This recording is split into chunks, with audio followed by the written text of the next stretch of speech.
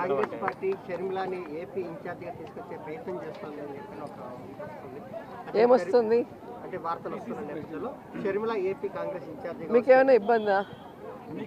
మాకైతే ఏ ఇబ్బంది లేదు. ఎందుకంటే నేను అనేక సందర్భాల్లో చెప్పాను, ఇది ప్రజాస్వామ్య దేశం.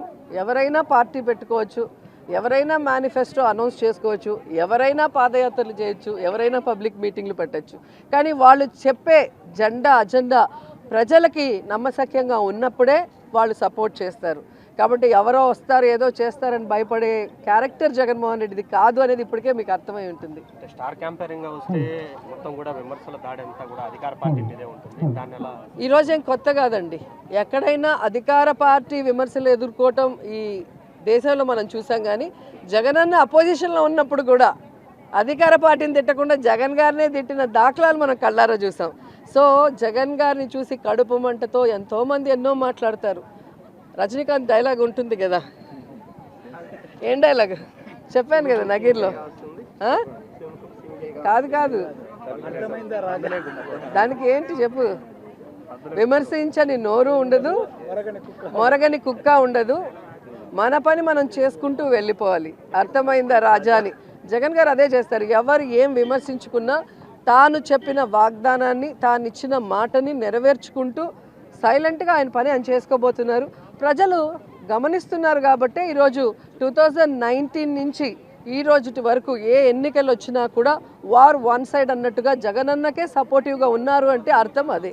సో వాడెవడో తిట్టాడని మనం తిడితే ఏముంటుంది. నేను తెలంగాణలో నించుంటే అని చెప్పి అన్నిసార్లు చెప్పుంటాడు పవన్ కళ్యాణ్. నించుంటే కదా తెలిసేది.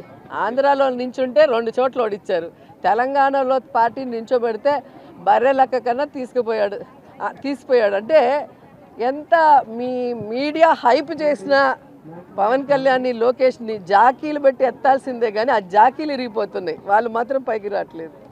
అంటే అధికార పార్టీలో సంబంధించి సీటు రానటువంటి ఎమ్మెల్యేలందరూ కూడా కాంగ్రెస్ పార్టీకి టచ్లో ఉన్నారని ఆ అధ్యక్షుడు కూడా చెప్పారు. అదే సునకానందం, పచ్చ ఛానళ్ళ సునకానందం. ఇప్పటి వరకు 170 చోట్ల అనౌన్స్ చేయలేకపోయారు. సో ఎక్కడైనా ఎవరైనా కొట్టాడుకొని బయటకు వస్తే వాడికి సీట్ ఇద్దామా అనే ఆలోచన. సో అలా ఎవడొచ్చినా కూడా వాడి ఓడిపోవడం తప్ప ఇంకోటి కాదు. ఎందుకంటే గతంలో కూడా మీరు చూశారు, జగనన్న అజెండాతో గెలిచిన 23 మంది డబ్బు కోసం, పదవుల కోసం తెలుగుదేశం పార్టీకి వెళితే 2019 ఎన్నికల్లో ప్రజలు వాళ్ళని చిత్తుగా ఓడించారు. కాబట్టి ప్రజలు గమనిస్తున్నారు. ఇక్కడి నుంచి పోయేవాడికి రాజకీయంగా సూసైడ్ చేసుకున్నట్టే తప్ప మరొకటి కాదు. ఎప్పుడు కూడా ప్రజలకి మంచి చేసేవాడు, ఇచ్చిన మాట మీద నిలబడే నాయకుడినే ప్రజలందరూ కూడా ఆశీర్వదిస్తారు, ఇష్టపడతారు. అలాంటి జగనన్నతో ఉంటే ఒక ఎమ్మెల్యే ఎంపీయే కాదు కదండి, ఎమ్మెల్సీలు ఉన్నాయి, కార్పొరేషన్ చైర్ ఉన్నాయి. ఎవరికి ఏం సరిపోతుంది, ఏ టైంలో ఎవరికి ఏమి ఇవ్వాలో జగనన్నకు తెలుసు.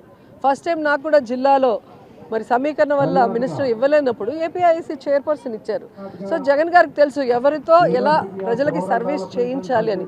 అంతేగాని పదవులే పరమావధిగా పార్టీలు మారేవాడికి ఎప్పటికీ కూడా రాజకీయంగా భవిష్యత్తు ఉండదు. Thank you.